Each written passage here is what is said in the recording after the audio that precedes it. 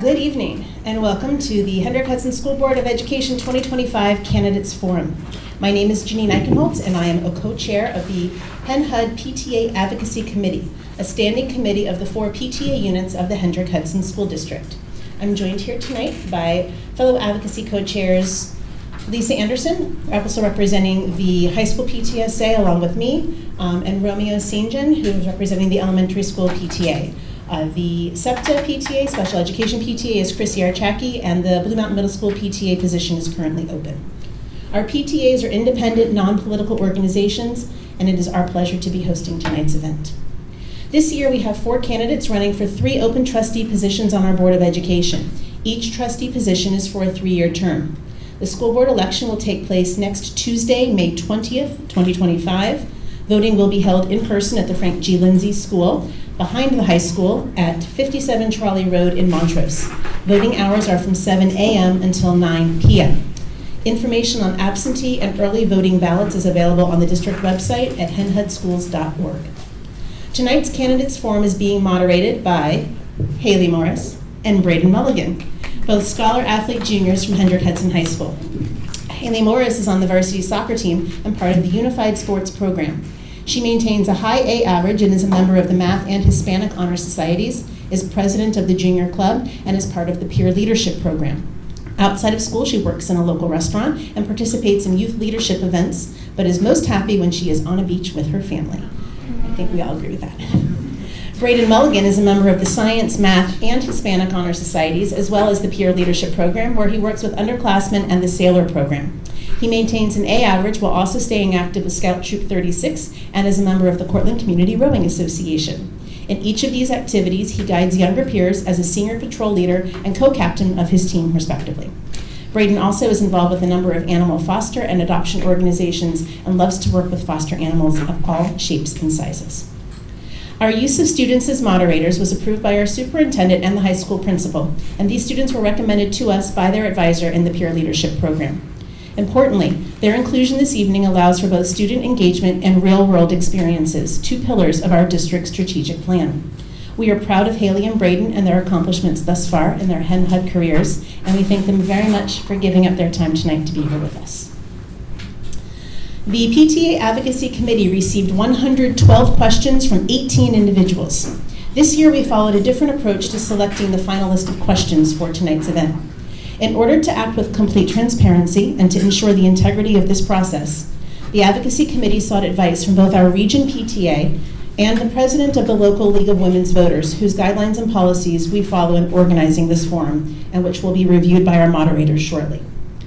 With the advice of these individuals, we invited each PTA unit to seek volunteers from their membership to serve on a question committee. We received at least 1 volunteer from each unit, and for the unit that offered more than 1 person, we used the online Wheel of Names, which randomly selected 1 representative to sit on the committee. This year's question committee members were Martha Marrero, Juliana Hudson, Suzanne Magliano, and Tanya Levine. Thank you to those fantastic people. They put a lot of hard work into this.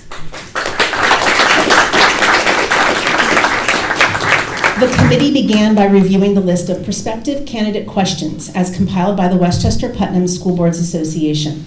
They then read and reviewed every single question submitted by the community.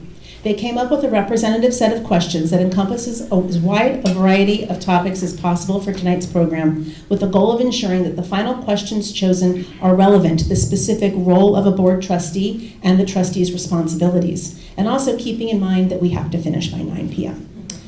In determining the final questions, they did their best to identify those that would elicit the most meaningful responses and provide the best information possible. Some questions were combined and some were revised for clarity and to ensure fairness to all of our candidates. The committee did its best to retain the original intention behind each question. If your question did not make the final list and you would like to address it to any of the candidates, you may do so using the contact information that each has provided. There's a list at the front of the room in front of Greg's computer, and there's also a list by the door, so you can grab a picture of that on your way out if you'd like. In addition, just really quick, we also put QR codes to the advocacy program that we ran in March, the role of a board trustee. There's a QR code that'll lead you to the actual presentation and one that'll take you to the PowerPoint presentation, and that's also on both tables. The information available here, we will also share it via email from our advocacy committee and on our Facebook page. As a reminder, no questions will be permitted from the floor tonight. Once more, I will serve as your timekeeper. Displaying a countdown clock on an iPad, we've ensured that the candidates can all see it from the front row. The moderators will also be able to see it, and we'll let them know so they can keep track. I'll hold up a red card when time is up to let the candidates know time is over. Thank you to the candidates for making yourselves available tonight for the forum. Thank you to everyone who submitted questions in advance. Thank you to all of you who are here tonight and who are watching and listening at home. Don't forget to get out and vote next Tuesday. With that, I'm done. I'm going to hand it over to our student moderators and let them take it from here.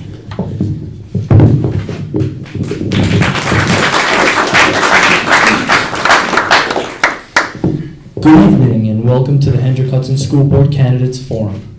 This forum will be recorded in its entirety and will be available for viewing on the district's YouTube channel with a link posted on the district website. Other than the official district recording, personal recording of this event is prohibited. No candidate or any other individual will be allowed to use or edit media footage of the forum for campaign purposes. However, the link to the recording in its entirety can be shared. Before we begin, we'd like to remind you to please mute your phones.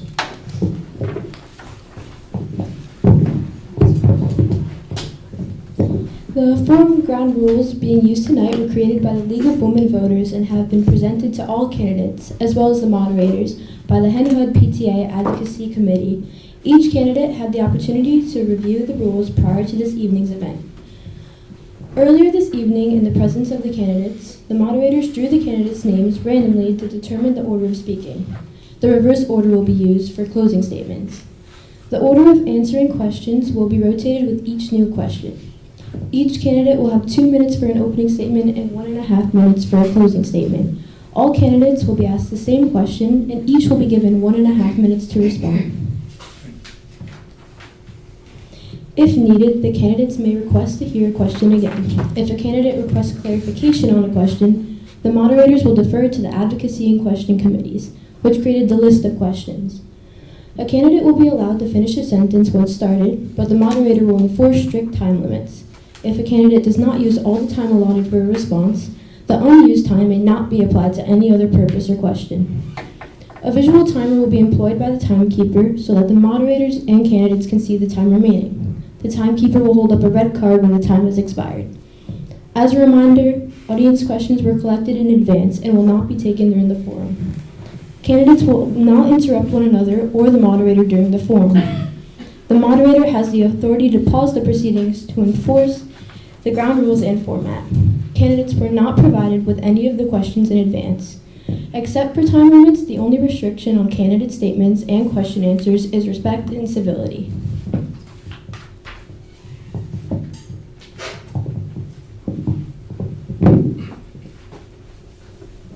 There are 4 candidates running for 3 seats on the school board. In the order of their opening statements, the candidates are Alexis Bernard, Allison Hubin, hope I'm saying that right, Erica Mills, and Jeremy Basso. We will now begin with opening statements. As a reminder, each candidate will have 2 minutes for their opening statement. As a lifelong resident of the Hendrick Hudson School District and a proud graduate of Hen Hud, I'm deeply committed to the success and stability of our schools. I'm also fortunate to be married to a fellow Hen Hud alum, and together we're raising our 3 children in the same community that shaped us. From 2021 to 2024, I had the honor of serving on the Hendrick Hudson Board of Education, including 2 years as the board president. During my time on the board, we faced significant challenges and major transitions, moments that demanded thoughtful leadership, collaboration, and resilience. I'm proud of the steady hand we provided during uncertain times. Some accomplishments include hiring a new superintendent, Mr. Michael Trombley, supporting new ELA curriculum for elementary students and teachers, conducting a long overdue policy audit and update that brought about shared decision-making and safety improvements, planning and passing a roughly $30 million capital project, and establishing several critical committees such as professional development and curriculum. Under my leadership, we established the Energy System Tax Stabilization Reserve, we implemented zero-based budgeting, and did not exceed the tax cap. After completing my term, I took a year off to reset and refocus, spending time with my family while continuing to stay engaged and informed. Now I'm ready to return, trained, experienced, and fully prepared to serve once again. Our district deserves board members who not only understand the history, but also have the knowledge and training to build a stable future. I bring not only passion for our schools, but a proven record of leadership and a deep-rooted connection to this community. Most importantly, I understand that effective leadership isn't just about having ideas. It's about listening, learning, and being open to the perspectives of others. I value the voices of students, families, educators, and community members, and I believe that meaningful progress happens when we work together and truly hear one another. I would be honored to once again represent our students, families, and staff and help ensure that Hendrick Hudson continues to grow stronger together. Thank you to everyone who had a hand in making tonight happen, and thank you to all who have joined us in person as well as virtually. Thank you. Hi, everybody. I'm Allison Hubin. You said it right. And I'm very happy that I finally get to introduce myself to everybody and tell you that that is how you say my last name, Hubin. I have 2 kids in the district. I have a 2nd grader at BV, and I have a 6th grader at Blue Mountain Middle School. I bring with me a lot of previous board experience from boards of directors, advisory committees, and most recently, 2 years as a vice president on the HHE PTA, the newly formed elementary school PTA. I'm also a member, still doing the committees. I'm a chair of both the fundraising and spirit wear committees this year. I'm also a member of the Blue Mountain Middle School PTA and SEPTA. I have a local small business as a photographer, and some of you probably don't even know, but you've seen my work in such publications as The Yearbook, Little League, Buchanan Day Camp, and my voice is also cartoonish sometimes, so that was kind of fun. And Camp Nabby I do in the summers, and I'm also an early intervention specialist. So I'm a licensed social worker. I work with kids who have learning and developmental delays, helping them get ready to enter the school system. When I was getting my master's degree at NYU, we had a guest speaker who came to talk to us about social workers in politics. And I thought, well, that doesn't, why, how? And she said that the people who are making the decisions for the people that we serve, they deserve a seat at the table. So there should always be a social worker there. And that is why I am here today, because I would like a seat at this table. Hi, Mom. She's watching from Denver.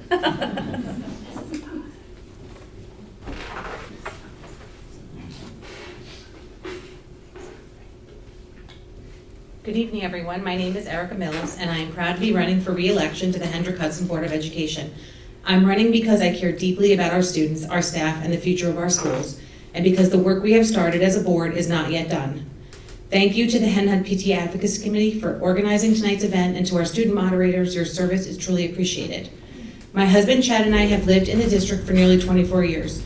We've raised our 2 children here. Our son graduated from Hen Hud in 2023, and our daughter is currently a junior.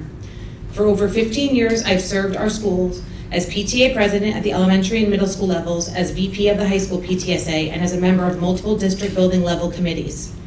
These roles, and now my time as a trustee, vice president, and currently board president, have grounded me in student-first leadership. Professionally, I own and operate 2 local magazines, which requires budgeting, communication, and strategic planning, all directly relevant to my board service.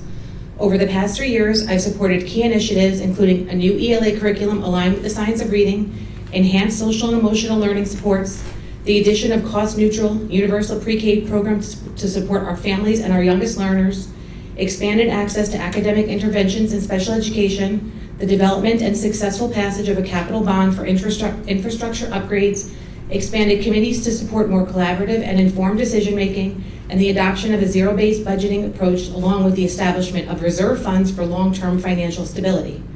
As part of the board's policy team all 3 years, I have helped lead a full audit in partnership with NYSBA.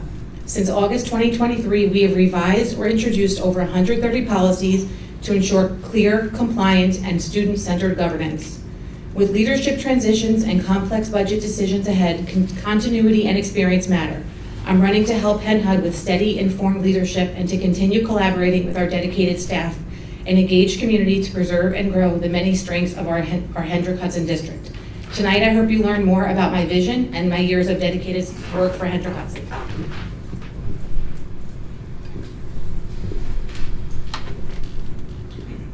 You ready?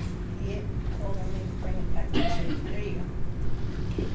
evening. My name is Jeremy Basso, and I'm an almost lifetime resident of Hendrick-Hudson School District, as well as a current trustee on the Hendrick-Hudson Board of Education. This community is incredibly important to my family and I. After all, this is the community that helped shape me through all stages of my life, including where I went to school, met my wife, launched the company I founded, and where we started our family. We have a wonderful district, and I'm incredibly proud of the work that the board has accomplished during my first term. We had the unique opportunity to rebuild the entire central office team, and I have no doubt it will be one of the best in Westchester. Policy has been at the forefront of the last 3 years. From a policy review that has updated, added, and removed over 130 policies, including a Narcan policy, shared decision-making, and a policy to reduce the property tax burden for veterans. Additionally, we established a renewed focus on safety and security, including the introduction of a budget-neutral full-time member to our safety and security team, and also leveraging broader community leadership relationships to support the passing of the stop-arm camera laws in Westchester County. We approved the new ELA curriculum while adhering to the new literacy standards dictated by New York State, supported the addition of intramural sports in 6th grade, Hen Hud Life was added for high school students, and the Academy program has renewed life. Continuity of leadership is a recent topic, and what better way to maintain the spirit of continuity than re-electing the very people who are part of the positive changes in Hendrick-Hudson. I would be honored to represent our community for another 3 years to support children and our esteemed staff. We have 5 buildings and a central office filled with some of the best educators in New York State. While the value I bring is not as an educator, I am certain my experience in both life and business is an asset to our board and our district. My perspective is unique in that I built, owned, and managed a company with a budget exceeding Hendrick-Hudson's. My complementary strength, however, is building teams. While I was ultimately responsible for revenue and expenses, it wasn't I that ensured we met our goals. It was the team. I didn't do it alone. I could never have built half of what we built alone. It was the team and the culture whose ultimate worth was greater than the sum of its parts. I would love to leverage my professional experience and continue working with our district in the role of trustee while we lead Hendrick-Hudson through the 21st century and help shape the leaders of our tomorrows.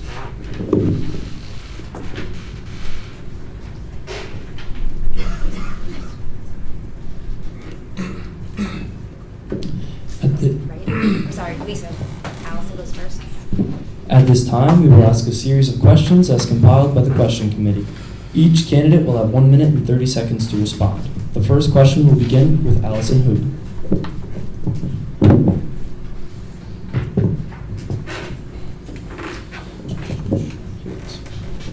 First question: What do you see as the major issues facing our school district? Which one would you address first and why?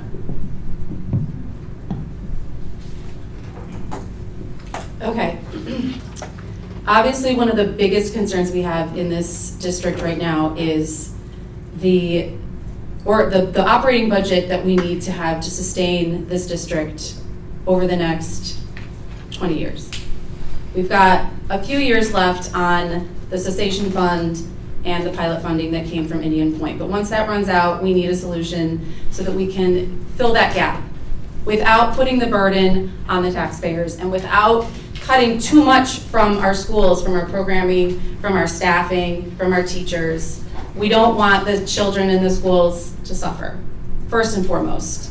So as far as the first priority, I would make sure that the schools don't lose anything that's vital. And that includes special education, which right now with the Department of Education, we are watching a lot of changes happen from the top down. So we need to make sure that we're being really protective of our special education funding and programs.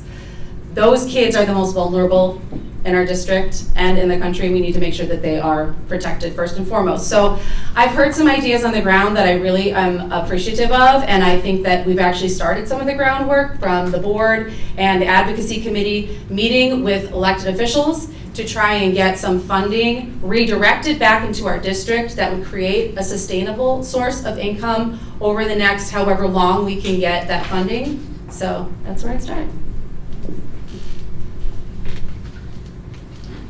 Brandon, do you just mind reading that last part of that question? Yes.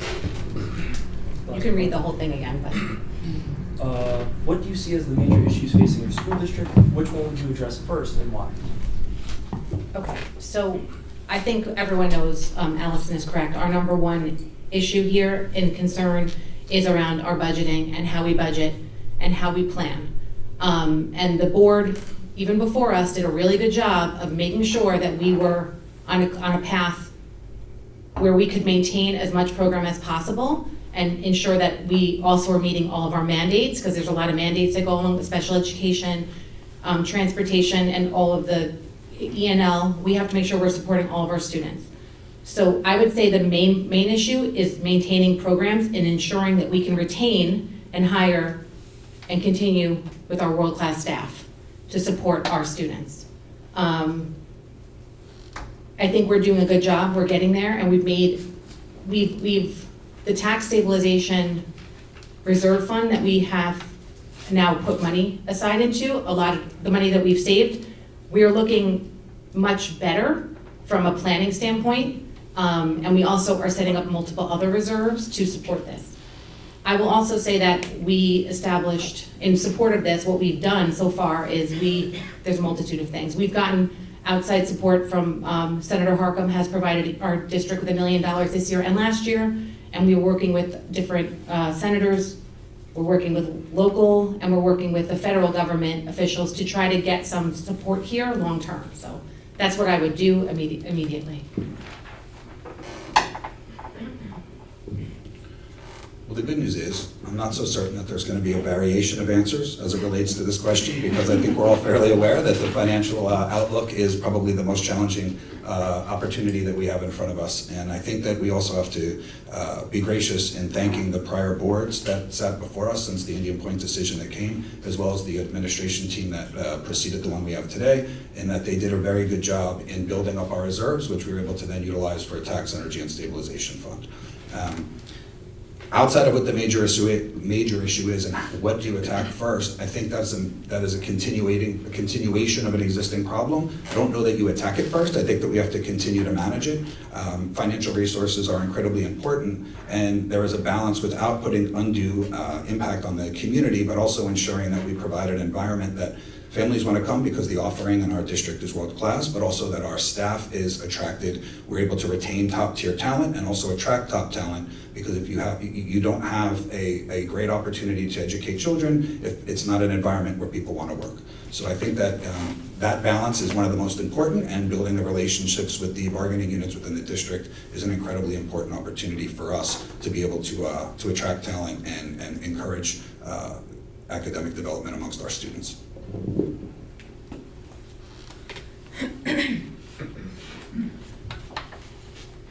All right, well, this is really fun, because now I'm the last and I have all the same things to say. Obviously, the financial landscape of our district has been our challenge. I sat on the finance committee for the full 3 years that I served on the board. Year one, I had no idea what was going on. And anyone that says they do is fibbing.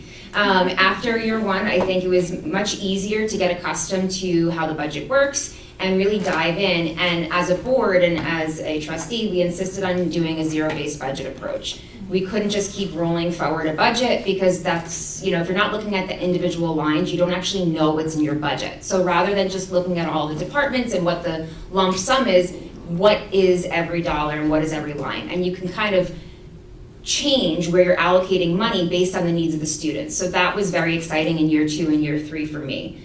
I'd love to see the cessation fund extended. I don't think it's impossible. I could be wrong. We need to keep up with our advocacy work and working with legislators to try to bring more money into the district. However, finance aside, I think there has to be a heavy focus on curriculum. I'm very excited that we've hired a new assistant superintendent for curriculum instruction, and I think that we as a board have to continue, or I'm not on right now, would have to continue to support our administrators so that we can make for the richest curriculum possible to bring Hen Hud back to the best school.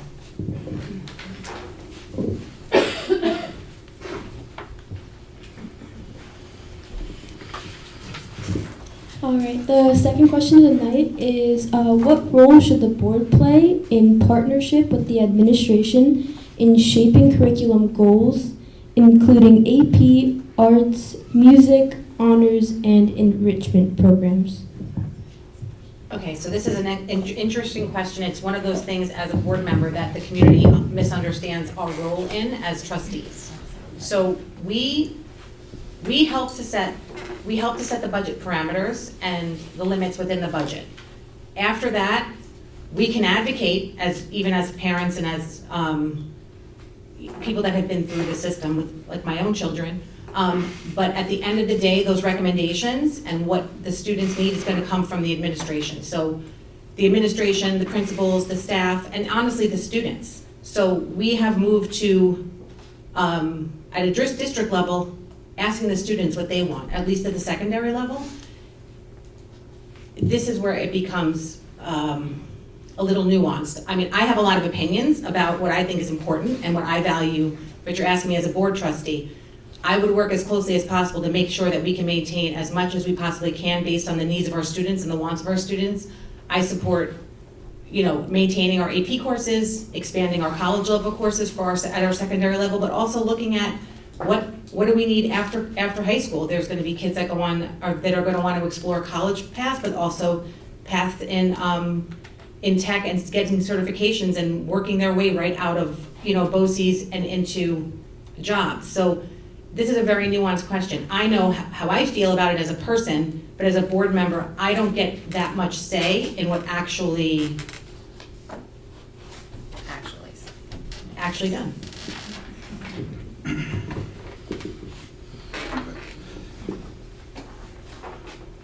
How I answer this question today is entirely different from how I would have answered this question 3 years ago.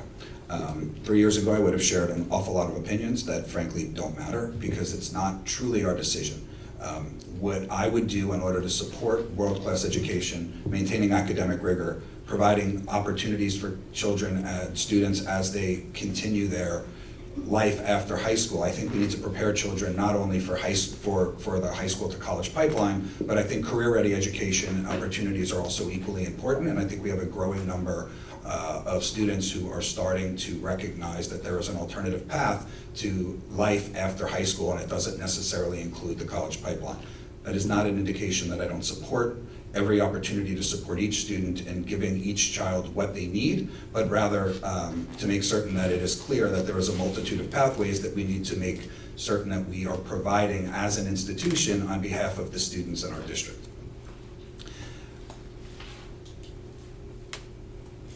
The board is responsible for budget parameters and advocating for their beliefs, but it is ultimately up to the administration to utilize the budget that is approved by the community outside of the contractual obligations that we have, so that they utilize those resources, the financial resources, as they best see fit for the student body that we have.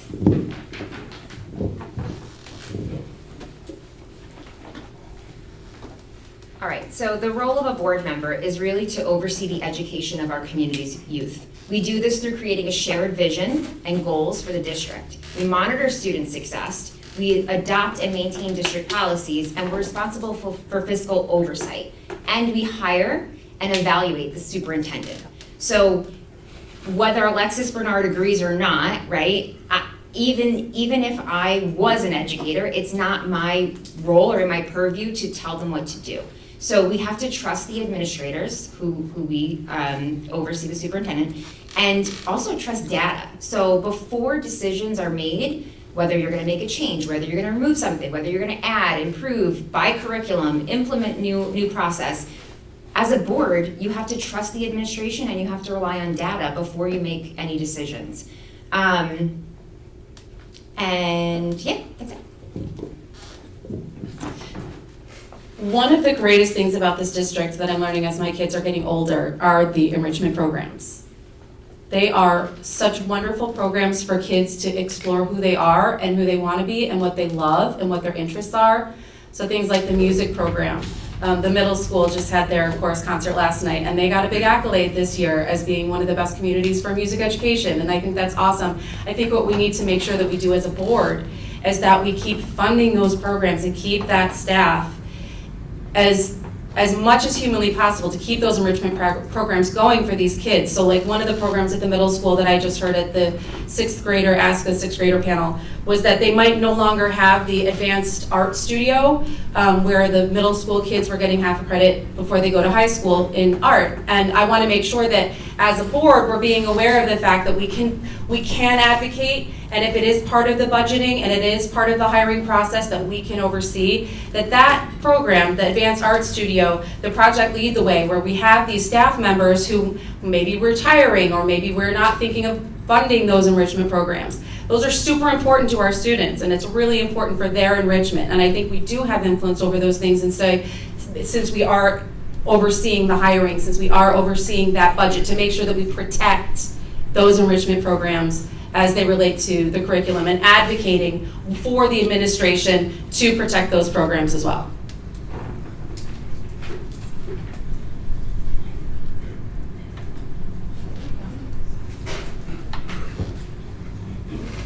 Next question. Based on our district's current academic programs and other offerings, would you recommend any changes? Please elaborate on your answer. It's an interesting question. I'm not an educator, and I am not certain that I am the appropriate person to indicate what programs we should or shouldn't offer. I have opinions. I would like to see more life-ready skills. I would love to see programs in the high school that are enabling students to come out prepared to run their own life at a personal level outside of an academic institution. Life skills, checkbook balancing, understanding the concept of taxes, understanding how payroll taxes work. It's amazing how many grown-ups I know who don't truly understand why their overtime check has more taxes taken out than their regular check at a higher percentage. And it's not an insult to the people, it's rather there is a lack of understanding the functionality of how these types of systems work, and I think it would be wonderful if there was ways to introduce it. The reality is, it's not my call. We have a director of, or now an soon-to-be assistant superintendent of curriculum instruction. We have a superintendent. We have high school principals. We have curriculum committees, and these are academic professionals whose job is to bring forth the interest that they have, both as educators and that the student body is indicating to them that they're interested in learning. And I think utilizing the data that's available and the professionals that are in our buildings is the appropriate path. I don't think it is appropriate for the board to indicate what types of programs they want. It's not our purview, and it's not something that I would feel comfortable pushing forth on the district.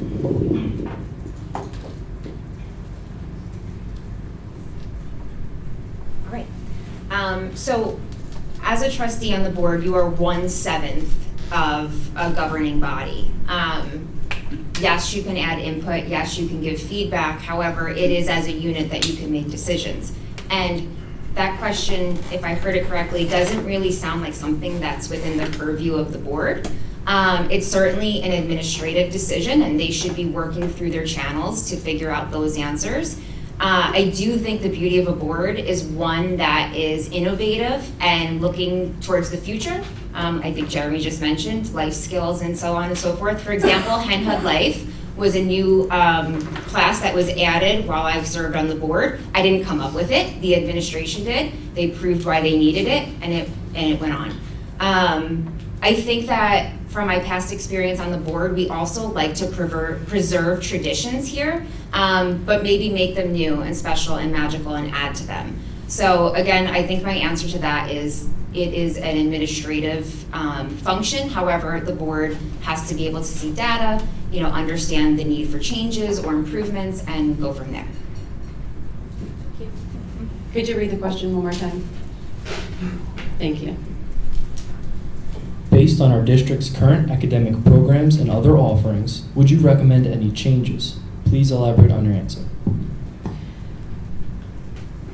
I would be new to the board, so for me to speak up and say, I think we should change stuff would probably be overstepping a little bit. But what I can say is that we have made major curriculum changes in the district based on input from teachers and from the educators in our building who are saying, this system just doesn't work, this curriculum just doesn't work, or this curriculum is much better. I think getting feedback from the educators, getting feedback from the teachers, and then looking at the data and looking at the testings and the scores to say, this math program is wonderful, let's keep going let's bring this into the K through 2 building.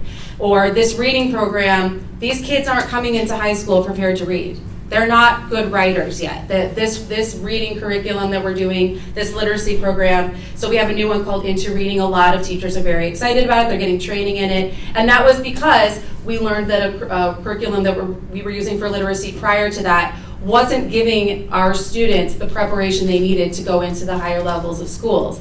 So I think getting the feedback from the community and talking to the teachers and being sort of a bridge between the community, the teachers, and the administration is a really good role for the board to play in influencing curriculum without making decisions for the schools and teachers. So I'm gonna answer this question a little differently. So I'm gonna talk about what we've done to ensure that we have the correct programs in place for our students. So I'm gonna start with, and because it really is not the board's role, right, to choose and pick curriculum. I will tell you, we have put through multiple policies that put a process in place for our curriculum teams and our teachers to put through the right curriculum and even courses for our students. So that's something that we've worked on. We have a very clear process and procedure in place now. We've also brought back our curriculum committee, which is a committee made up of multiple staff members, the Board of Education, district administrators. That committee, there's a process in place now for them to put through course, they want to offer a course, they bring it through that committee and it goes through a full process. So we're not picking what to change, it's coming up through our staff, which is really the proper way to do it, and it gets to the board. The new ELA curriculum, like we saw a major need, and because we review student data. When you review student data, the board starts asking questions about why does this look like this? How can we improve it?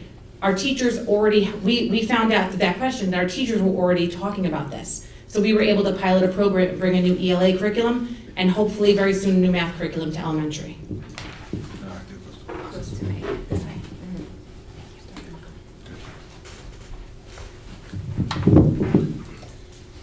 The district strategic plan includes 4 pillars: student engagement, real-world experiences, clear and targeted communications, and shared decision-making. What are your thoughts on its current progress and what still needs to be accomplished? All right, I had a feeling this was going to come up when it was me. So when I joined the board, the strategic plan was already underway, and when I left, we were in the implementation phase. To be honest, I don't know to date which items are remaining on that list. Personally, it's a slow-moving process for sure. There are a lot of items on there that started to be implemented, but we're really building level. I think that soon we're actually technically due for a new strategic plan. I think 26, right? So we should be at the final stages of this plan and all the items. I personally would like to see more community engagement in a future plan. And I don't know how you go about doing that. I'd probably have to rely on the professionals, but it's often that we hear from the same people over and over. So reaching new areas and corners of the community would be wonderful so that we could have a little bit more input. I remember being on the board and seeing the feedback coming in and different ideas, and it was the same, folks, same batch of us over and over. So I think that whatever is left on the strategic plan should be implemented because that is what was built. But as we head towards 2026, I think that we need to really consider how we begin and who operates it, how we run it, and how we build for the future. So I was doing my homework and I went on the HenHUD district website so I could learn about the policies and learn about procedures and learn about strategic plans. I wanted to see what was done in the past, what's planned for the future, so I could come in here prepared. And I saw the strategic plan and it stuck out in my mind because it's a picture of my kid's friend on the front cover, and I remember when it came in the mail and I was like, oh my gosh, did you see so-and-so's on the cover? So it stuck out in my mind. We're halfway through the strategic plan, which was 5 years, 2022 to 2027. And there is another document, it's actually slides, a slide presentation on the website that shows status. Some of it has been updated, some of it is recently in March, some of it hasn't been updated at all, but each one, it's so difficult to read as a layperson that I didn't get a lot of information because I wasn't really sure what the status was because it was difficult, but I went back to the strategic plan and I read it again and it's clear, it's concise, it has graphics, so why don't we do this again halfway through and here's where we are. on each of these initiatives. 1A, 1B, 1C. Do it just like we did before, and here's where we started, here's where we're going, here's where we are now.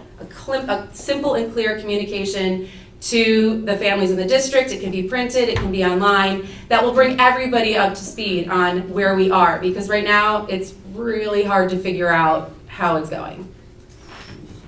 Do you mind repeating the question?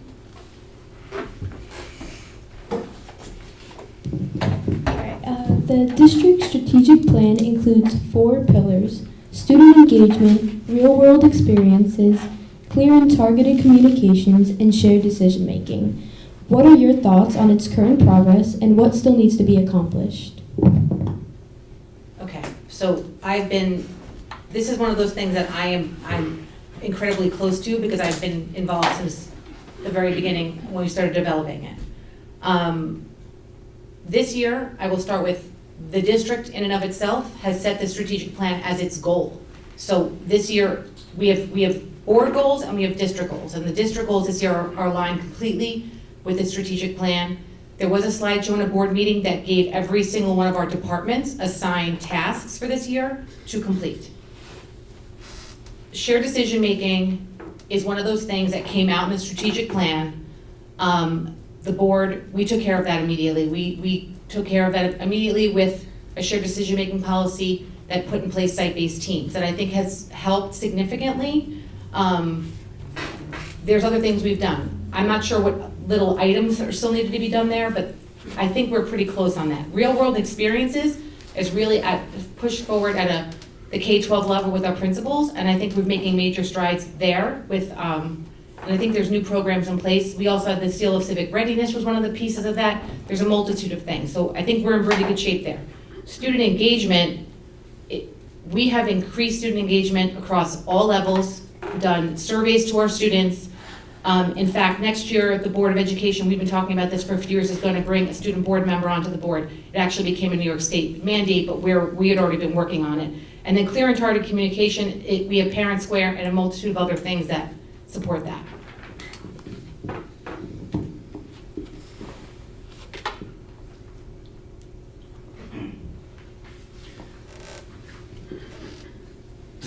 The strategic plan was a tremendous amount of work that was done by a very important group of community members and staff. And I think that we are very fortunate for some of the outcomes of the plan. And I'm very grateful to the administrative staff who has implemented many of the components of this strategic plan that we most recently completed. The shared decision-making policy has been fantastic. We have implemented this throughout the district at all the building levels. And I think that we have borne the fruits of our labor and have some wonderful outcomes and increased collaboration. From a clear and targeted communication perspective, I think this is an evolution of this is not something that you're going to complete. This is a moving target, and I think all relationships are only as good as the quality of the communication that exists between the parties. So I don't know that we would ever have our clear and targeted communication completed. I think it's something that is an ongoing topic of conversation, and I think there's absolutely room for improvement, and it would be fairly abnormal if there wasn't. But I will say that through the utilization of Parent Square, we now have multi-language translation opportunities available in most languages that the end user can select at their preference. At the end of the day, I think that the strategic plan has been a wonderful tool. It has definitely helped become a beacon for our administration team to utilize for the future direction of Hendrick Hudson. Allison.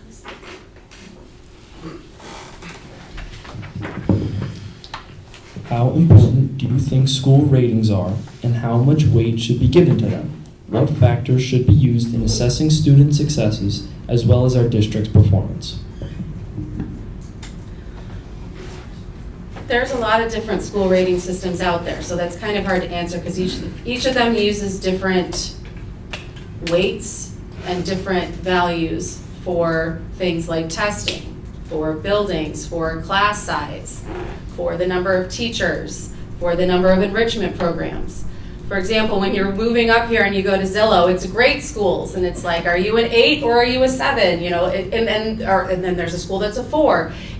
It's really difficult to say, but I think that the biggest thing for me when I was looking at districts and when I'm always looking, for me, it's about like the overall experience, and if that's really high, that to me would be probably my top rating that I would look for in a school district. And that means student success and achievement, so grades and testing scores, and also student satisfaction. I think that that is also a really important thing. Kids they learn better when they're happier, when they're content, when they're satisfied. And so I think that to me, if I was creating a rating system, that would be probably at the top of my list of things to ask. How are you doing and how do you feel? Are you happy here? Can you read the question one more time, Bree? How important do you think school ratings are, and how much weight should be given to them? What factors should be used in assessing student success as well as our district's performance? Okay, just wanted to make sure I touched on each of those items. So I think when you're talking about are school ratings important, I think it depends on how you're looking at this. So from a home values perspective, you can say certain school rankings are very important. But I think that there's a lot more to a school district than school rankings. Personally, when I bought my home here, I wasn't looking at just school rankings. I was looking at what does the school offer? What does your trajectory look like for my children once they get to high school? What do we have here as far as enrichment programs go? So, and I think a lot of the time, it comes down to what does the community value in and of itself. Like we know that Hendrick Hudson values a great deal our music and our arts programs. They do wonderful things here with music and arts, and there's so much. I could go on forever about this, but when it really depends on what you value. So we are a top-rated Project Lead the Way school because we have so many students that are participating in it. That's a great measurement. So it really depends on what the community values. I would say when you're setting parameters, every single one is different. So like the grade schools versus niche versus US News, they all set different parameters. They're all using different elements. But I think something very important to keep in mind is when these rankings come out, they're using older data typically, and we're going back 2 to 3 years of data. So just something to keep in mind.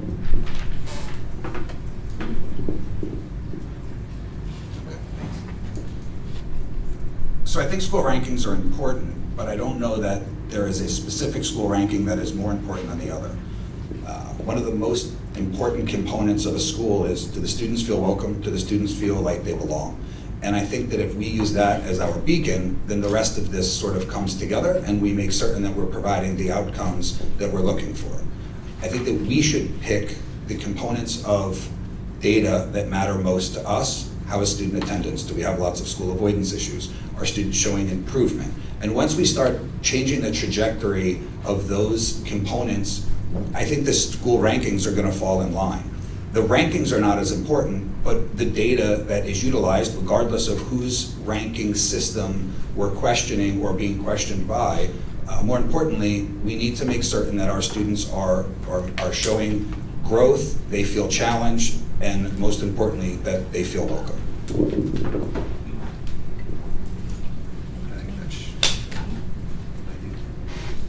Wait, I have to answer. Oh, sorry. I'm sorry, Because it's going to be something totally new. Okay, so from what I remember, the question is truly about ratings and rankings. And there are multiple tools out there to evaluate school districts. I think that ratings and rankings do take time to catch up, and I know that they're not always up to date when we look at them. We're looking at the past. So hopefully the trend in years forward is an improvement in ratings and rankings. But they don't totally lie, and people are looking at them. So they are important, no matter how many times I've been told that ratings, oh, you can't really go by that, people do, right? They don't always have the ability to go knock on someone's door and say, hey, how do you like living here? It doesn't always exist. So anybody who's using ratings and rankings, hopefully they do their due diligence and learn about how they work. We, as a board, need to use multiple tools to evaluate student success. That is one of our main jobs as a Board of Education.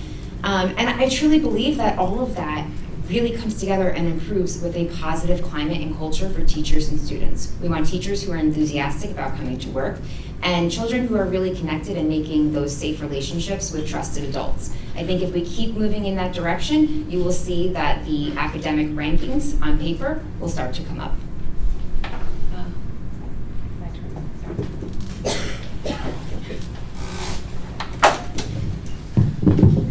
How would you address the best use of our district facilities to handle enrollment changes? This is, again, not a board.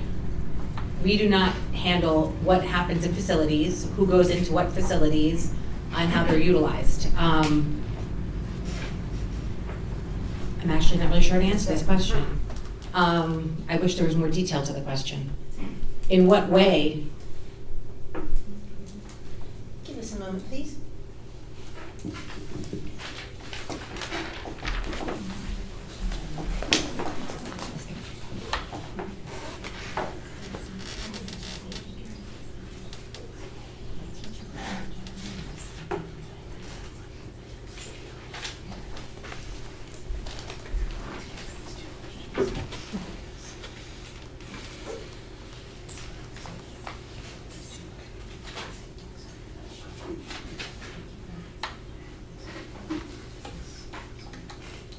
So the questions, like I said, we took the questions and, oh, Mike, sorry. I forgot, I talked loud enough for everyone. Okay, so as we explained earlier, the question committee took the questions that were presented by the community and they tried to combine and make them so they were kind of general so you could get the whole feel for like 6 different questions that we put into one. So we just talked with the 2 members who are here, and what we're going to do is take the next question, which is kind of where this one came from, and we're going to combine them into one. So the question that was just asked, we're going to ask you the next one along with it, and I think you'll get a feel for why we're asking the question. We probably should have flipped them. All right, so back to the first one. How would you address the best use of our district facilities to handle enrollment changes? And then to add to that, how would you address current overcrowding at FGL, particularly shared spaces such as lunchroom, gym, and music room? You're not going to like this is not our role. This is not the role of the board in any capacity. We rely on our administrative team to monitor enrollment at every step. So, and I also think that this question is based a little bit on rumor, not fact, because it has not been presented to the community in any capacity that Franchi Lindsay is overcrowded. Do we know that there's changes that could be made there? I mean, I'm sure there could be. But again, it's not really up to the board to make these decisions. If there is an issue with enrollment at any particular building, it would be up to the administrative team to come to the board with a plan and solution and suggestions. If it was related to policy, governance, and things like that. We don't assign teachers to buildings. We don't, we uphold the contract, but through our administrative team, it's not as cut and dry as it might seem to the community, I guess is really the real long and the short of this answer. There's going to be ebbs and flows in enrollment, and I think we know that because we have more students at the high school, and if you look at each grade as it goes down, the lower grades are smaller. So it will adjust, and if there's a need, the board will address it. So I think this may be a short answer. I'll answer the question from the perspective of how would I handle a parental complaint if they came to me with issues at FGL, because the balance of the question, again, is not our purview, and our job is not to manage the day-to-day of the administrative staff. It's actually inappropriate in many ways. Again, it's not to correct the people asking the question, they're great questions, and this is maybe a great opportunity for the community to get a better understanding of what the role and responsibility of a board actually is. So from my perspective, the answer would be very simple. I would bring the question probably to the board president and ask her if she's heard the same, or whomever the board president is, in this case it's currently Erica. And then I would probably ask if she wanted me to relay to Mike, she wanted to relay to Mike, so that the parent felt heard, and then just ask them to please make certain that they looked into the complaint to make sure there wasn't an actual problem, and if there was, to utilize their resources to correct it. Where we would get involved would be if there was an issue from an enrollment perspective, where maybe there was an over-enrollment in a specific section that required a financial decision because they needed to split a class, and would we support having to add a teacher in order to accommodate the increased enrollment. That's the perspective of the board. The balance of the question would be simply my role as a human and my interest, and I don't know that that's necessarily appropriate as an answer as a BOE forum.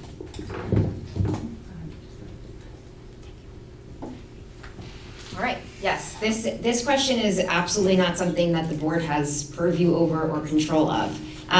While I know the buildings pretty well at this point, I think I've been in every nook and cranny of some of them. It's certainly not my role as a 1/7 of a board to figure out how to best utilize our facilities. There's people who are in charge of that and much more knowledgeable than I am. To my knowledge, and my past knowledge as a board member, there were no capacity issues, and certainly if they were to come up, we would have to problem solve. Not we, the district, not the board.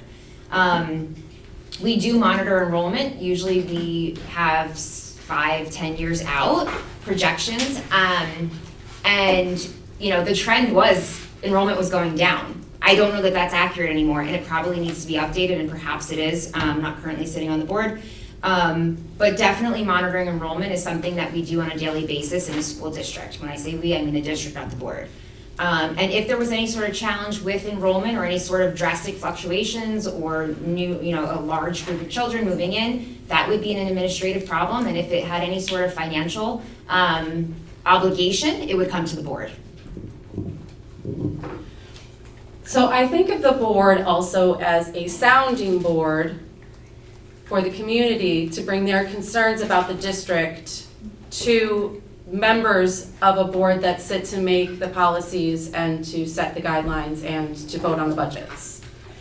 At least that's my vision for the board, that you would actually listen to when the community is saying, or the teachers are saying, or whoever's telling you that there's a potential issue with overcrowding or there's not enough classrooms, whatever. I know that there are some imbalances. The imbalance that was created through Plan B after Princeton Plan was reorganized that gave the class sizes at Furnace Woods more children than there were at BV because of the zoning. And that is something that was under the board's purview. So I do think that there are some things that are the responsibility of the board that we do need to take responsibility for, and that we do need to listen to the community and our administrators in each building if they're saying, we think we might have too many kids, we need more classrooms, and to reconfigure that we actually do bring that to the administration and make sure that those concerns are heard and make sure that they're addressed if they're brought to us. I don't think that just saying that's not our job is enough. I think that causing the imbalance in the schools in the first place is something that we should actually work to correct. I'm gonna have a rebuttal on this one. Okay, got 30 seconds. All right, so the boards so here's the issue with being on the board. If an issue doesn't come to us, we're not aware of it. So it usually comes to us through a community email. It will come to us through someone at the board meeting coming to us and speaking to us, but if we don't know it and we're not living it, we don't know it. So it's hard for us to address things that we aren't unaware of. We also depend on our administrative team to come to us with issues that are financial. As far as the decision that was made and the imbalance of the class sizes, 3-5 is 3-5, there's no imbalance. Everyone's in the same place. So that can't be an issue. Who's first in this one? So, since we combined those and we started back with Erica, we're gonna go to Jeremy. Yes, Jeremy's.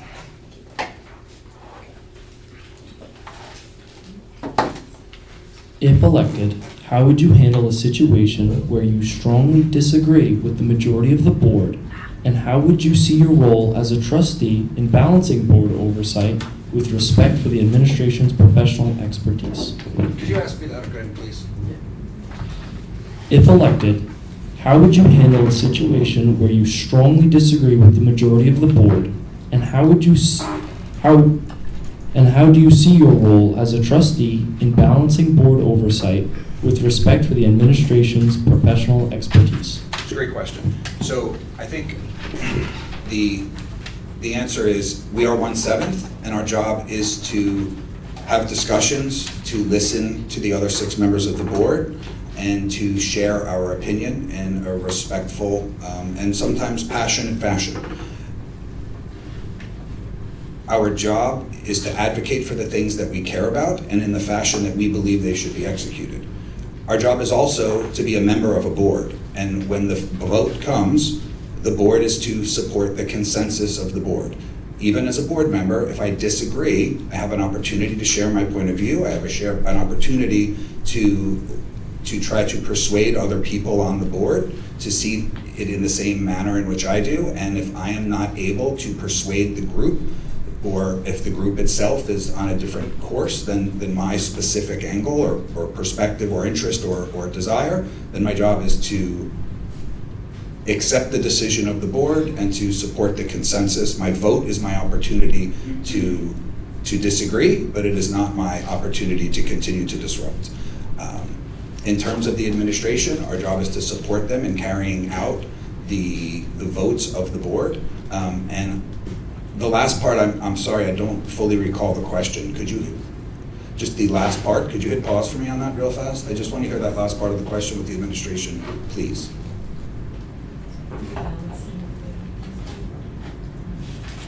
The second half would be, and how do you see your role as a trustee in balancing board oversight with respect for the administration's professional expertise? So I think I've referenced several times this evening that it is the administration's role to carry out these duties, and I think that building relationships with these administrators, with specifically the superintendent, allows us the opportunity to share when we don't agree with the manner in which they're carrying something out, and we evaluate the superintendent.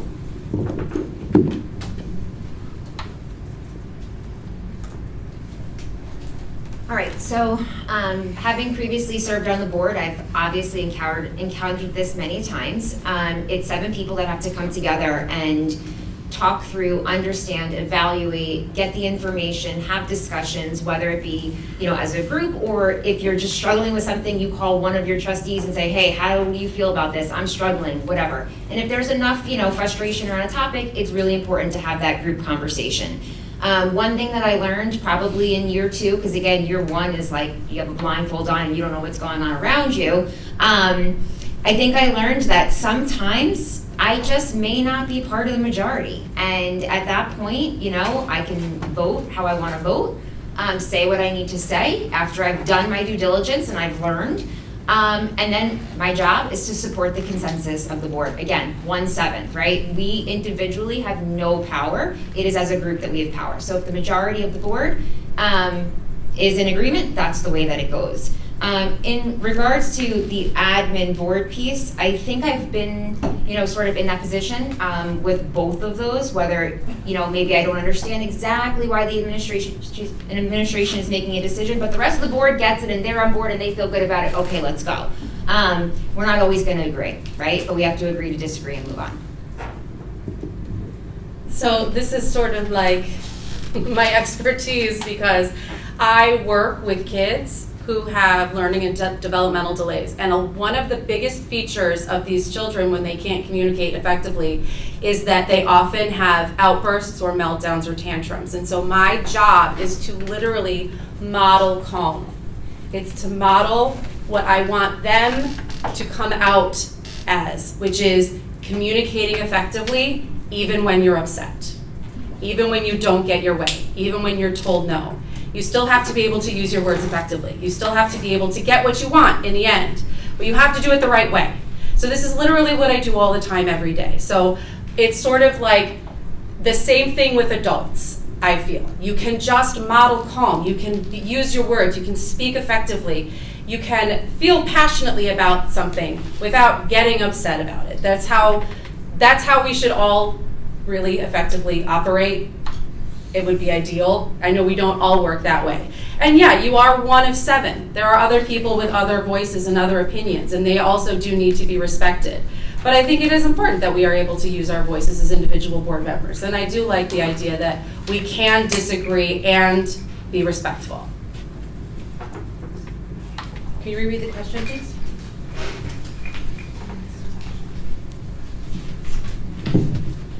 If elected, how would you handle a situation where you strongly disagree with the majority of the board, and how do you see your role as a trustee in balancing board oversight with respect for the administration's professional expertise? Okay, so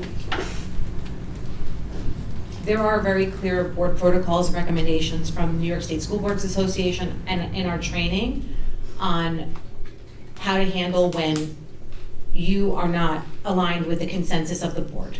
So every single person on the school board and any other board, when leading up to a decision is happening, deserves to have a voice and gets to have that voice and gets to speak. That's the way that we run our board table. That is the way that we operate. And once all that is said and done and a vote happens, it is key and important and part of our board protocols to follow the consensus and the decision of the board.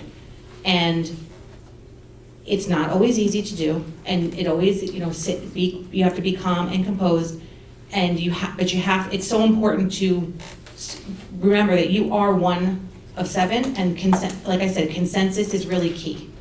As far as the administrative oversight, I mean, we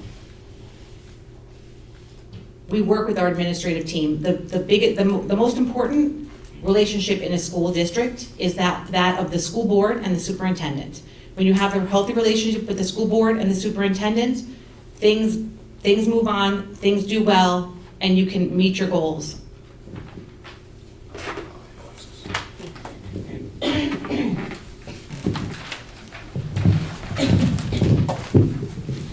How should the school board balance providing a quality education with the need to respond to the local taxpayer burden?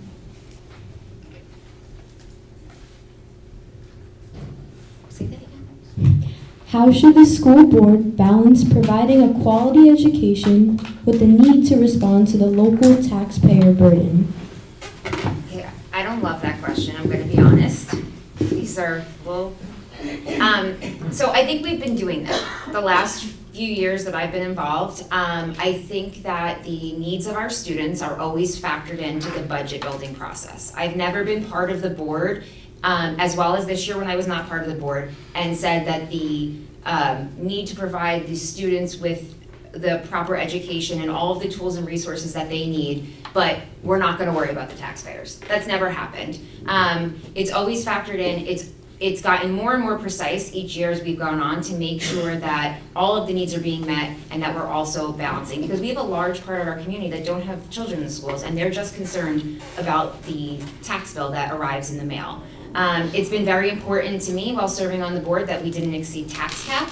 Unfortunately, taxes do go up, and they have to go up, especially with all of the financial constraints that we're facing. However, we've done a very good job at making sure that we're not passing a large burden onto taxpayers. So it's very important that we continue to do zero-based budgeting, look at every line of the budget, where are the dollars going? The dollars need to be going into the classroom, for sure, but we have to be mindful that there's a lot of community members on fixed incomes.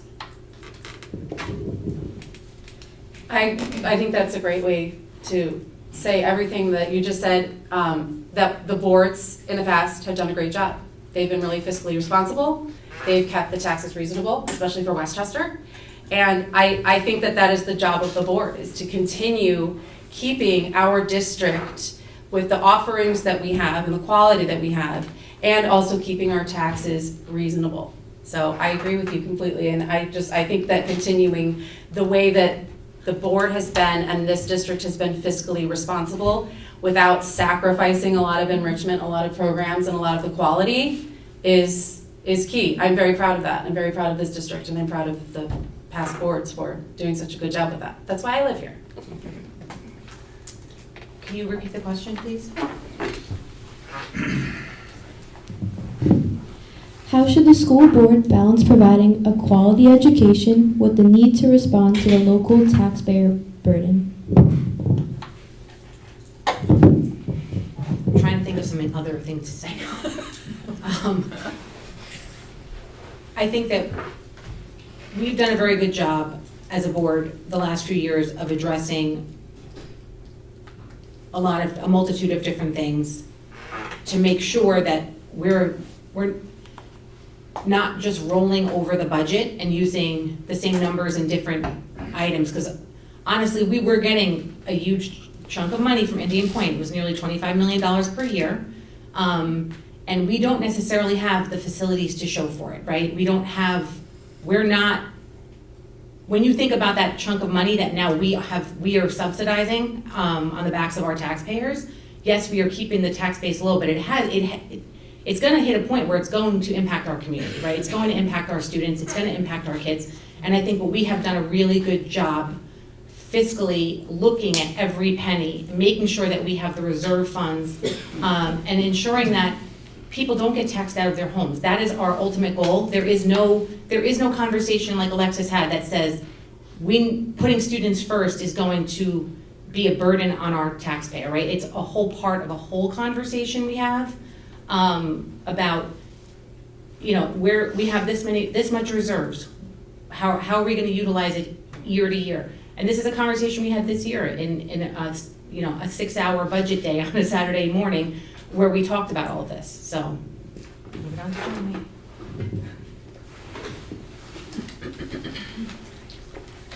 This is a fair question. It's a little hard to answer it in a varying degree amongst 4 people. Every year, we have roughly a $4 million gap that we have to make up. We have a cessation fund that reduces by $2 million in a drawdown annually, and then we have contractual obligations with their built-in incremental increases that puts us at somewhere between a $4 million gap. The most important thing to do is to have consistency in programming while also tweaking it to the needs of the changing student body, because year after year, the interest, the needs of our students have changed and will continue to change, while also varying the different obligations that are put forth from New York State. Utilizing the tax cap, which is not 2% for the people in the community who think it's a fixed 2%. It is a number that changes every year, and it's based on a multitude of different factors. And probably sometime in the new year, we will find out what our approximate tax cap will be, and then it hones in over the next month or so where we're given a more precise number. Utilizing that figure to understand what we can maintain and what we can add to increase the opportunities for our kids and in educational enhancements is most important. When we have obligations that now will cost us to go over the tax cap or utilize more of our energy reserve funds, that's the conversation that has to be had in public so we can understand how to best accommodate the needs of the staff and the students while also being mindful of the community and the taxpayers.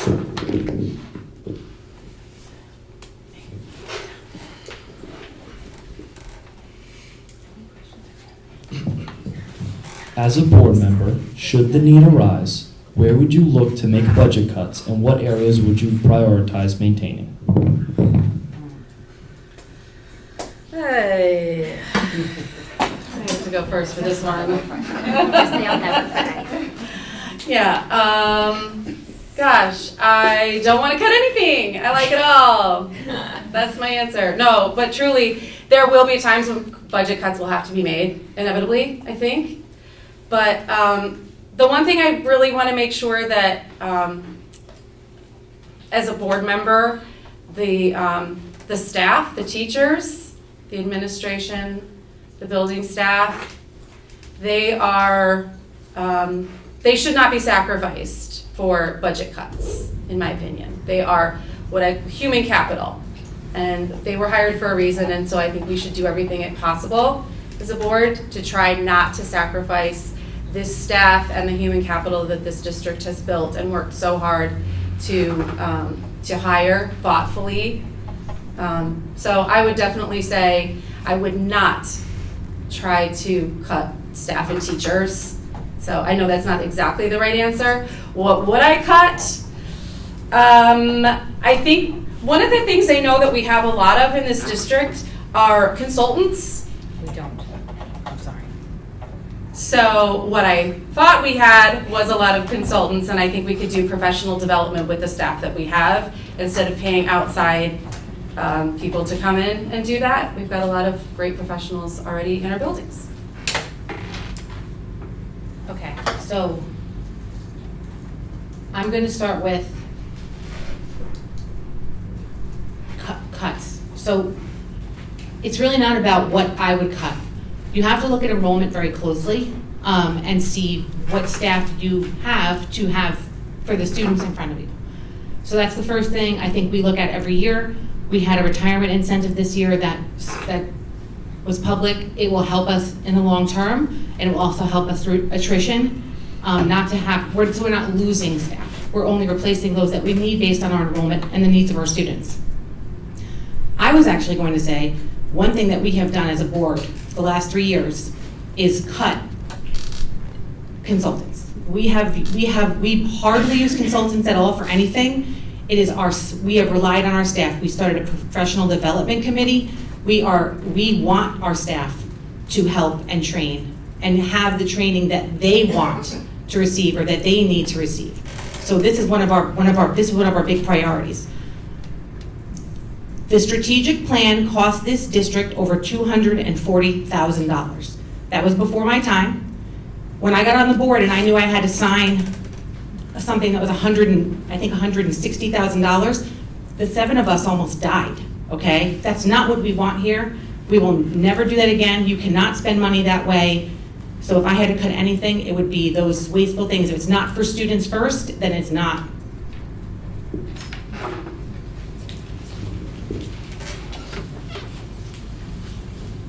This is a hard question. I think the data is going to drive the areas where we need to find efficiencies. And we say efficiencies because cuts mean you are losing something completely. Efficiencies may mean that you're looking for an opportunity, right? The focus here first is children and our students. So the goal is, how do we create an efficiently run organization that will deliver the most important components of an educational opportunity to the children in our district? That is priority number 1 as far as I'm concerned. There are hard decisions that have to be made, and that's why we need a board full of people who are comfortable making difficult decisions while keeping the student as the beacon for this process. Data drives all of these decisions, and frankly, the administration is going to bring to us the areas that they feel will have the least amount of impact. We have used very creative opportunities over the past couple of years to find ways to use early retirement incentives or retirement incentives so that some teachers who may be looking for an opportunity to maybe leave would now have an incentive to do so, and they could be replaced with a new teacher that is going to cost the district less for a much longer period, or fewer dollars for a much longer period of time. I think there's creative opportunities that can be done. I think at some point, without cuts, there's contract negotiations coming up. I don't want to make too many thoughts, but there are ways that you can look at things from an HR perspective and lean on the administration.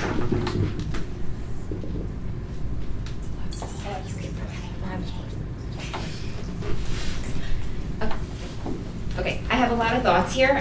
My first experience with the zero-based budgeting and the new budget format that we went through beginning 2 years ago, I would continue to look for unused lines, so reallocating funds constantly. And I also believe that I would rather staff appropriately and pay our staff well and retain them and keep them happy and be well paid than to just continue to add staff members where they're probably not needed. So we need data to continue to lead our administration to figure out where the needs are, how do we staff it appropriately, because I rather pay people more and keep them happy than to just keep hiring unnecessary positions. So that's really important. Right now, not a great topic or a great idea, but perhaps in the future, there's always the opportunity to restructure bonds, right? So you can save money, and that might take a few $100,000 or whatever off of a loan that we're paying for a capital project. I believe when I was on the board, I had to sign some ridiculously large dollar amount, but we restructured and we saved money by doing so. So that's another idea. I believe that all money should go to the classroom and our facilities. But in terms of cutting, I think you can cut by going through a budget year over year and looking for those efficiencies that Jeremy mentioned.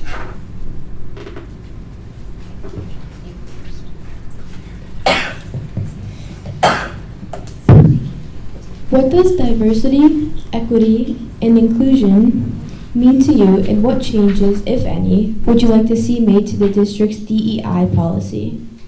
Okay. So DEI is a very political acronym, right? Every single thing that we do as a school board, every single policy that we write, every single bit of curriculum, every single conversation is rooted in the acceptance of our students and their diversity, ensuring that they receive equity at every level, and if they feel like they are included and belong. So that's the long and the short of it when it comes to what that acronym means to me and how I lead in this work for myself. And I always have for many, many years. In 2020 or 2021, New York State recommended a DEI policy for the school district. And we implemented it. It was Jeremy, Alexis, and I, and several other board members at the time. August 2023, we implemented the DEI policy for the Hendrick Hudson School District. We have not wavered from that. We have no intentions of changing any of it right now, and I think that's kind of where this is going. What are we changing in it? I have no intentions of changing anything unless we are forced to, because we're going to lose some kind of funding. And what that comes down to is what's recommended to us as a board. No matter what, that policy needs to exist and make sure that every child feels like they belong and have everything that they need to learn at Hendrick Hudson.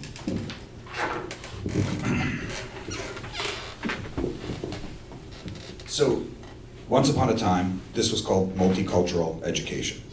The educational system has for a very long time been far ahead of its time when it comes to providing students what they need and having a sense of belonging. Equity means giving someone what they need, meeting them where they are. We have a special ed department, we have an art department, we have sports, we have sorry, I blanked. We have built an entire environment around making students feel that they are welcome, that they belong. We provide Parent Square that allows student families to receive communication from our district in all the languages that they prefer, in a multitude of languages that each of the households prefers. These components of the educational system are the foundation of education. Giving students what they need is not a political topic. I think that the acronym is considered political because of maybe a corporate world implementation and determination on how it should or shouldn't be used, but I don't think there's any place for it in our schools. We are well ahead of the curve. We have a policy here to make sure that students are welcome and to make sure that we are giving them what they need. AP classes are another opportunity, remedial classes to help kids AIS get caught up so that they can be back on grade level. These are all forms of equity, and they are being practiced at HENHUD today.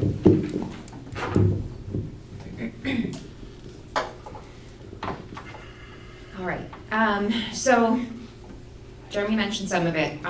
DEI is definitely a political acronym. I'd like to refer to it as diversity, equity, and inclusion. I just do. A lot of the work that happened while I was on the board was the start of a lot of new great changes, such as some of the communication tools that Jeremy mentioned. I was part of the board that wrote and implemented our diversity, equity, and inclusion policy. Part of the reason I chose to live in HENHUD and raise my kids here was because we have natural diversity. And I think that we are kind of supported by legislation that equity exists, but as a board, we write policy and uphold policy that really brings different perspectives, equity, and inclusion forward. My focus has always been on making sure that every student feels safe, supported, and ready to learn. Don't like the politics side of it. That's just good education, right? I mean, that is our job as a school district. An example would be restructuring UPK. We got the grant from the state to implement UPK, and the board that I sat on, we restructured so that we made an equitable decision that every child had access to a fair and equal and equitable education for preschool. That's just one example. And I'm almost done.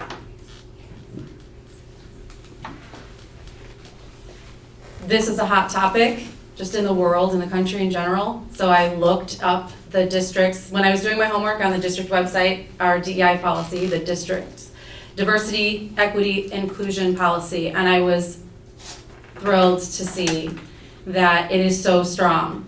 Diversity is one of the highlights of this district in this neighborhood in Westchester. We have such a diverse cultural population. It's wonderful to see, and it is, like Alexis, one of the reasons I love living here. We can learn so much from each other, and the kids can learn so much from each other. I love seeing the multicultural festivals and events. The HHEPTA did a multicultural festival recently. The middle school was just doing one, and they learned about each other's cultures. It's beautiful to see. Equity is a level playing field. Every child gets the same opportunity, no matter where you live, no matter where you're from, no matter who you are.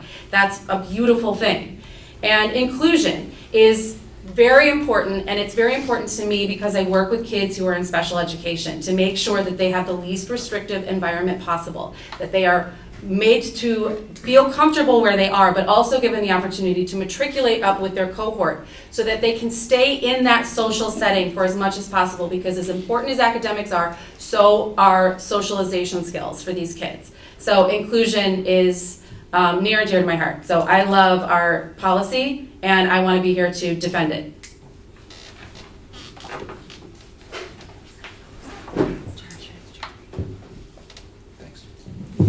What is your position on the current state of sports programs in our school district, and how do you plan to support their development and enhancement? Sports have been a major part of my life since I was a child. I played sports multiple seasons a year in Hendrick Hudson, including playing football after when I went to college. I think that the importance of sports I think that the involvement in sports is incredibly important for the development both of children and of young adults, and I think that it is an excellent opportunity to learn leadership skills, teamwork, and recognizing that you are part of a system, and your ability to contribute can make or break the difference between the outcomes that your team is looking to achieve.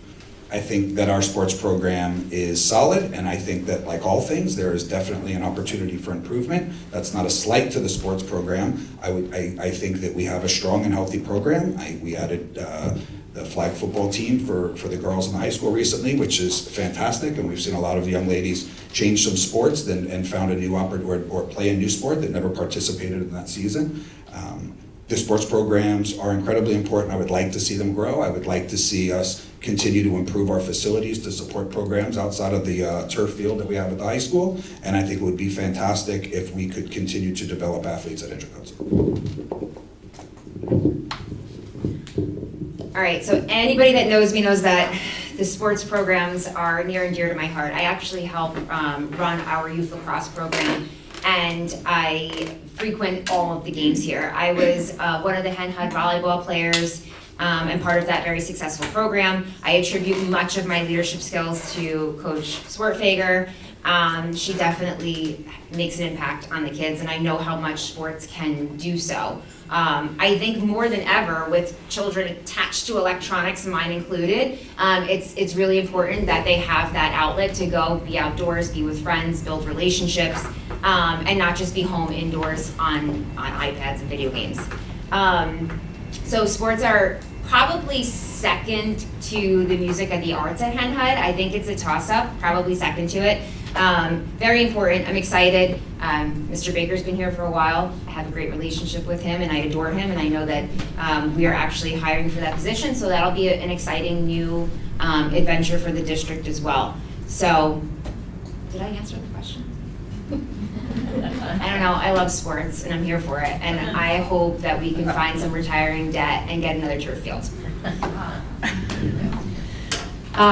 Yeah, Hen Hud sports they're killer. The high school especially has got some great teams, super competitive. I love the girls flag football team. I've got a middle schooler who's very excited to get involved with that when she gets to the high school level. And one of the things I've noticed actually now that she's in middle school is that they could use a lot of help with their sports and their teams and their fields.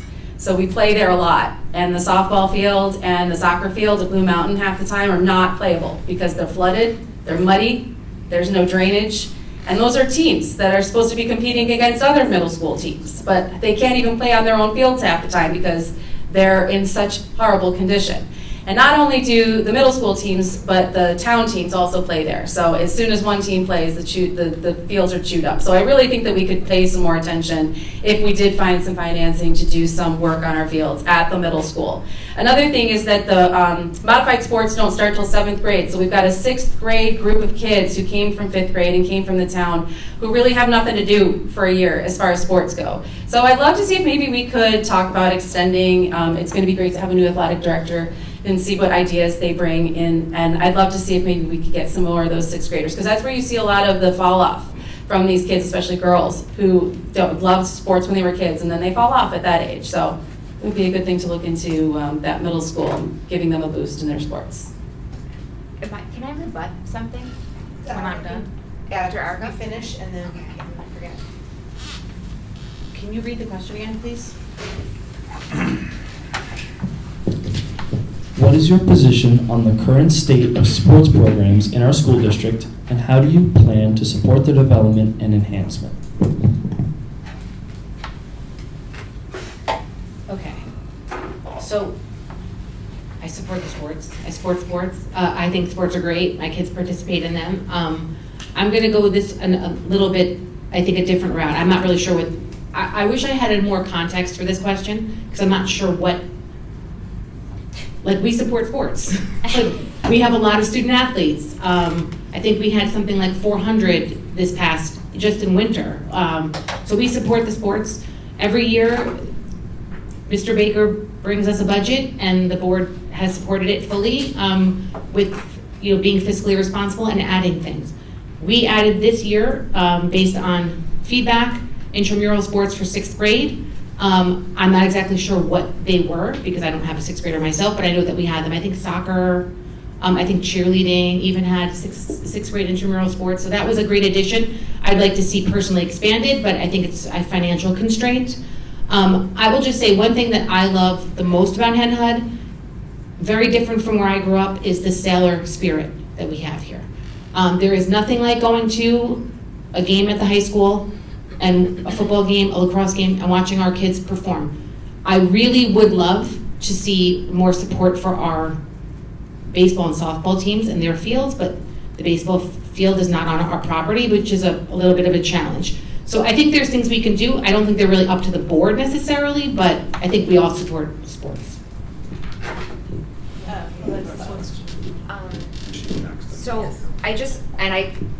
I'm pretty sure I'm accurate because that's part of the planning process. I do believe that there is work being done to the middle school fields. It's part of the capital project that we just put out to the community that passed last election season. So at some point in the near future, have to ask the current board where they're at with this. The Blue Mountain field, there are challenges there, but they are focused on improving it. So hopefully we'll see that soon. I think it's okay.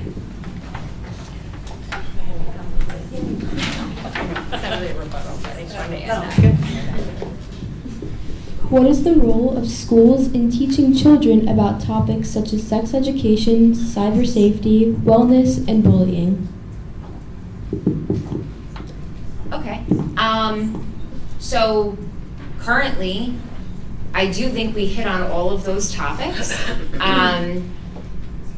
I think there could be probably an expansion on cyberbullying now that there is much more technology in the hands of these children.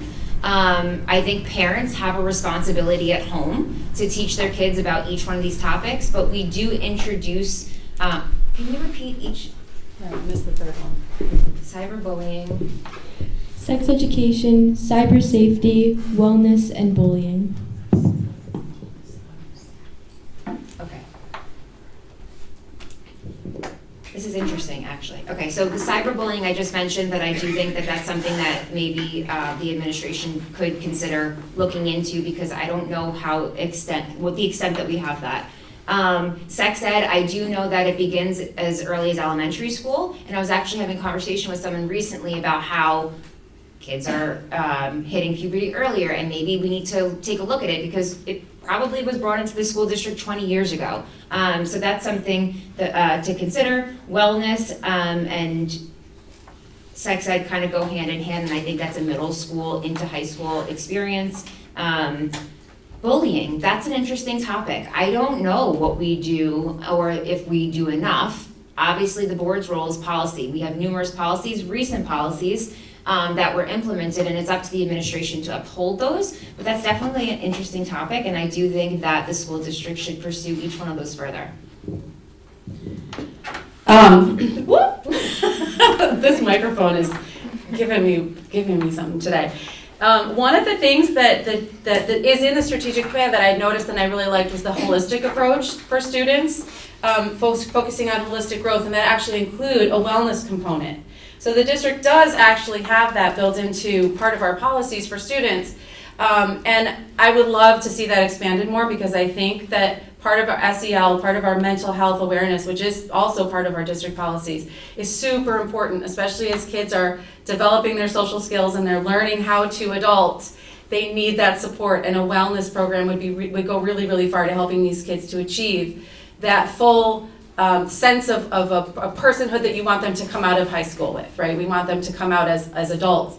Cyber safety and bullying, we also talk about those things at the elementary school level. We've done some parenting advocacy workshops around that, and I definitely think that that's something that we could bring resources into to help with the students too. And I know that they do some assemblies and stuff like that. And then there is definitely a policy, and I know that all of the educators in the district get DASA training, which is the Dignity for All Students Act, and that gives very specific language and very specific guidelines around bullying. So I know that our staff and administrators are very well versed in bullying, because they're required to have that training.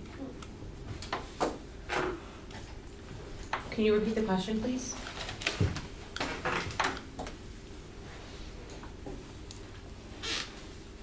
What is the role of schools in teaching children about topics such as sex education, cyber safety, wellness, and bullying?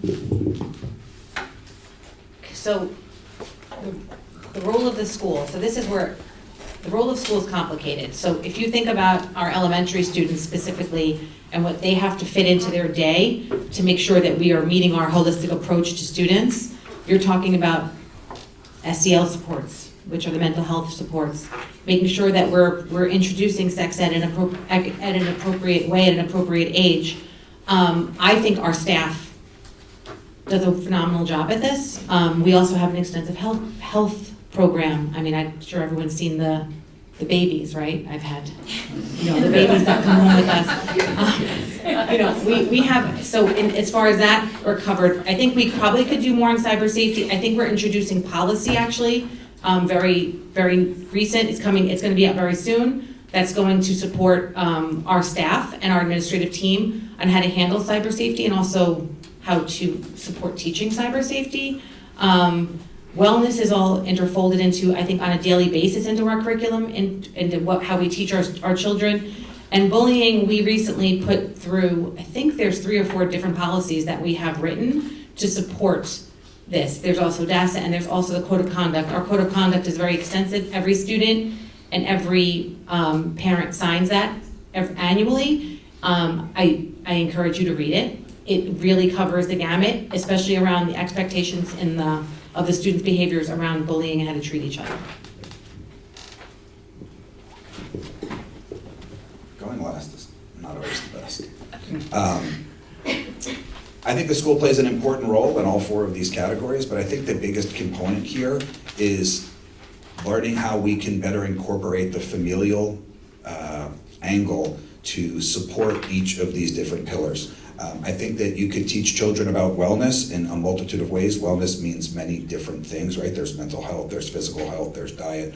And I think it'd be wonderful if we could find ways as a district and maybe in curriculum in general to incorporate familial learning in this process, because I think there's probably a lot of families who can't necessarily support the wellness programs that we would like to deliver as a district because they may be unfamiliar as well. It's hard to teach children to read if their parents aren't able to read and they're not getting the support at home. And I'm not certain that any of these categories stand alone, that they wouldn't be best if it's not with parental support. Cyber safety is fantastic to teach your children, but if they're not supported at home and the parents don't understand grade appropriate, age appropriate parameters, then it's not going to necessarily lend to a well-behaved child when it comes to life on the web. So my position on this is that I think there is a role. I think it is a very important role that needs to be incorporated with the family.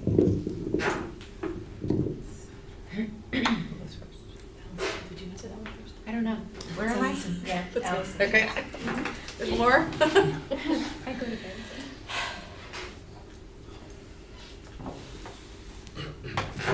Final question of the evening.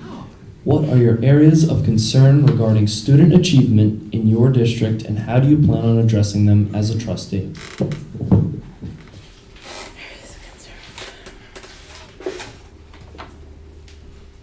Areas of concern.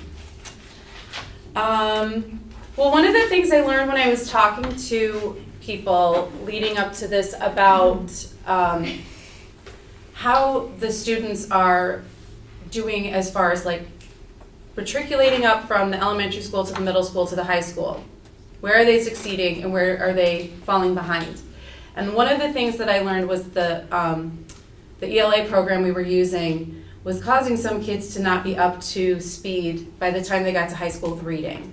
So we've got a new curriculum in place that is being trained in all of the schools and all of the elementary schools, and it's being used with all the kids and all the teachers.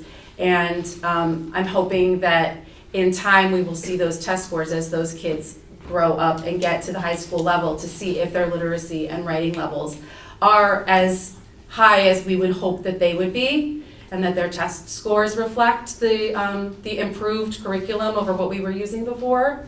So for student achievement, again, like I'm gonna say, testing and everything is important, but also I wanna make sure that the kids feel safe and that they belong and that they're part of a community that they love and that they're proud of. So I wanna just make sure that the kids are happy at their schools.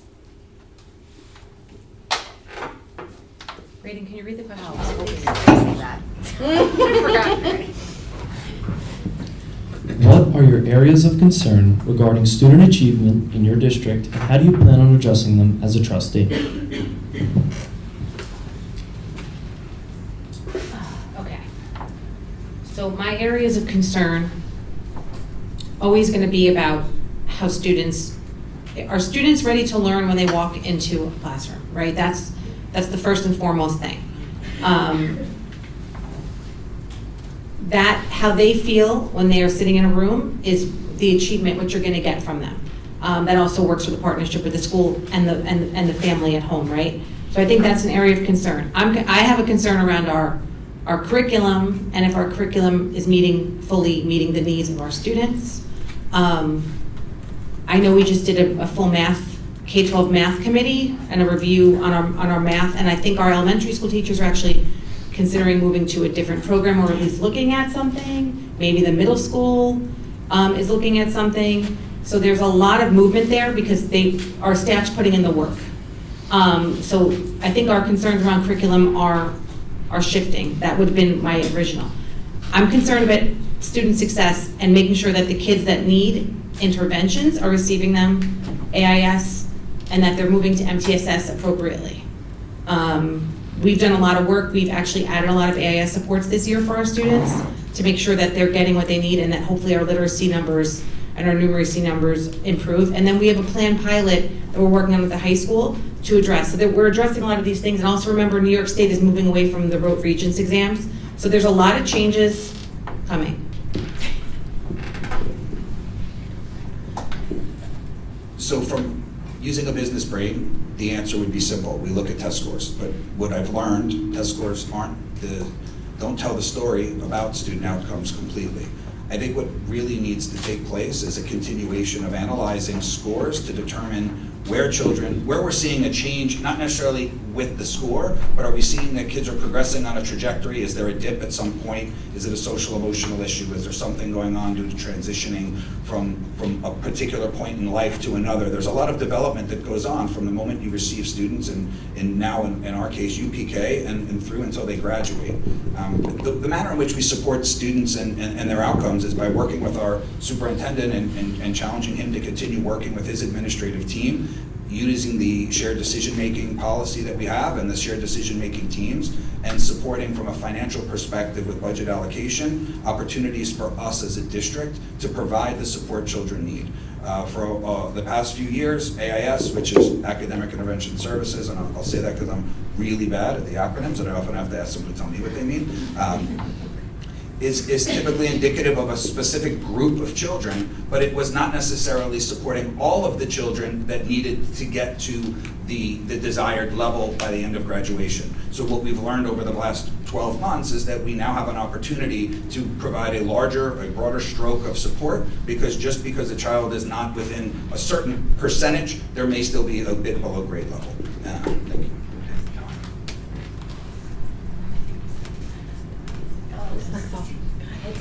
That's okay. Okay, I have a lot of notes all over my paper. So I think when we think of student achievement, we have to think about more than just grades. I think for some students, achievement looks different than just seeing an improvement in test scores. I think that we need an administration that's really present and connected to our staff so that everybody's working very collaboratively, and I think that you will see achievement improve with positive cultures, positive climate changes. I think if we can continue to work at parent involvement and engagement, I think that there's a direct correlation between student success and parent engagement and involvement. I know that's like a never-ending battle, but we have to keep trying.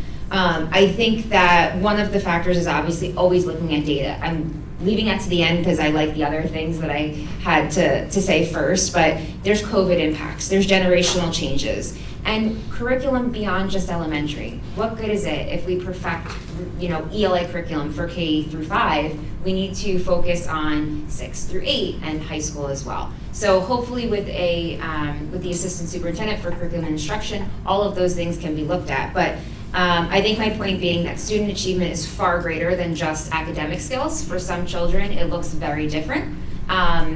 Whether it be on the sports field, music, maybe they're going to our BOCES Tech program and they're accelerating there, whatever it is, that's also achievement.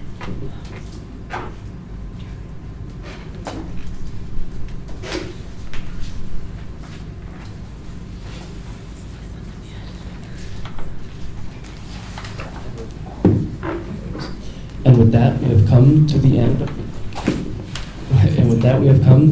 Of the Q&A part of this forum. Each candidate will now have 1 minute and 30 seconds for a closing statement. We will go in the reverse order from opening statements. So the order will be Jeremy, Erica, Allison, and Alexis. So the theme of my closing statement will be gratitude. Thank you. Thank you to our PTA Advocacy Committee. Thank you for the time and effort you put forth to help make this event possible. To the League of Women Voters, thank you for supporting our PTA Advocacy Committee. And to our wonderful students, thank you. Thank you for representing our community in such a positive and respectful manner and leading our evening as moderators. I truly appreciate your service. Thank you. To my family, thank you. My mom, my sister, and my wife are here. Thank you for supporting me in this role of trustee. Thank you for your support in my first term and the support I'll need if the community chooses me again on election day. I love you guys so much. To the previous trustees with whom I've had the pleasure to serve, thank you as well. I've enjoyed the camaraderie, teamwork, and opportunity to learn from and work alongside each of you. To the overall community, I would be honored to represent you. In service to all members of our school community, but most importantly, our students. The learning curve in the first term is steep and time-consuming, not only for the candidate, but for the trustees and the administrative staff as well. Continuity and consistency are crucial to maintain the course we have set over the last 3 years as we push for continued and measurable improvement. Continuity of leadership allows the focus to remain on improving student outcomes and experiences while fostering a supportive environment where all students feel a sense of belonging. Please vote for Jeremy Basso for continuity and consistency on May 20th. And of course, I encourage the community to also support the budget, the library, and all of the propositions on this year's ballot. Thank you and good night.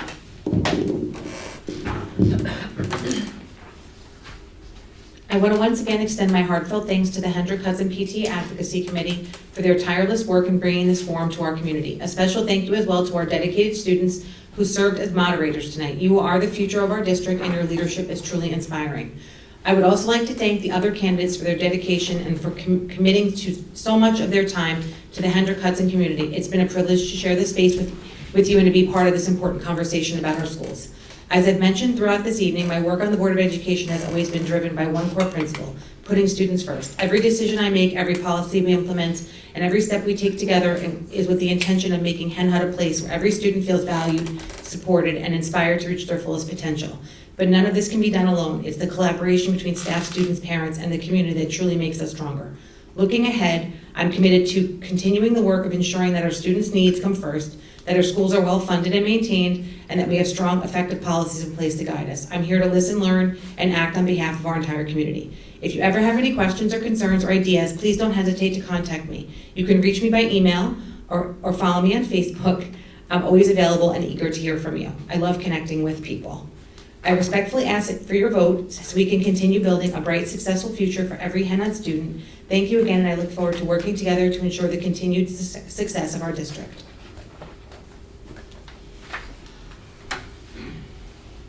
I too am going to say thank you to the Advocacy Committee for putting this together.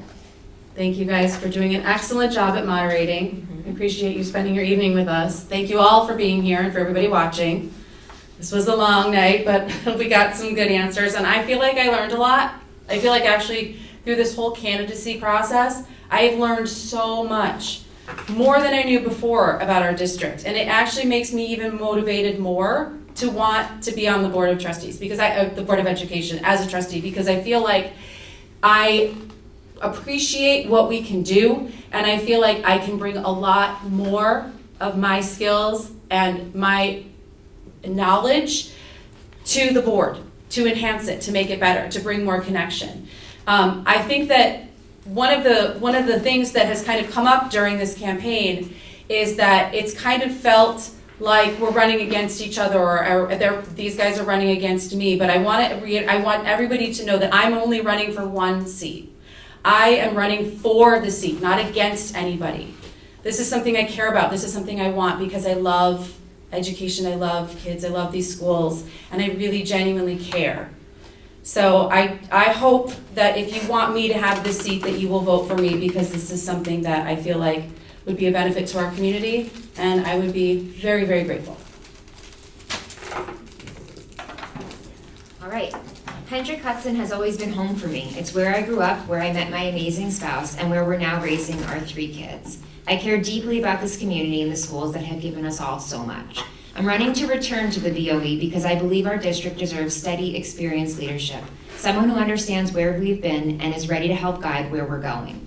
I've done the work before, I'm fully trained, and I'm ready to jump back in. Throughout my time on the board and in life, I've learned how to face tough situations head on with a calm mindset, a strong work ethic, and a commitment to never giving up. I know how to stay grounded under pressure, and I've also learned that leadership isn't about pushing my own opinions. It's about truly listening. I make it a priority to hear all voices, weigh different perspectives, and make informed decisions that reflect what's best for the whole community, especially our students. Hendrick Hudson deserves leaders who can handle challenges with resilience, clarity, and respect for every stakeholder. Thank you so much for taking the time to learn more about me tonight, and thank you to everybody who put this together, even the students who are here with us tonight. I'd be honored to earn your support and help keep Hen Hud moving in the right direction. You can reach me by email, alexisbernardboe@gmail.com. You can also follow my Facebook page, Alexis Bernard for Hen Hud School Board. Thank you all so much. Go Sailors.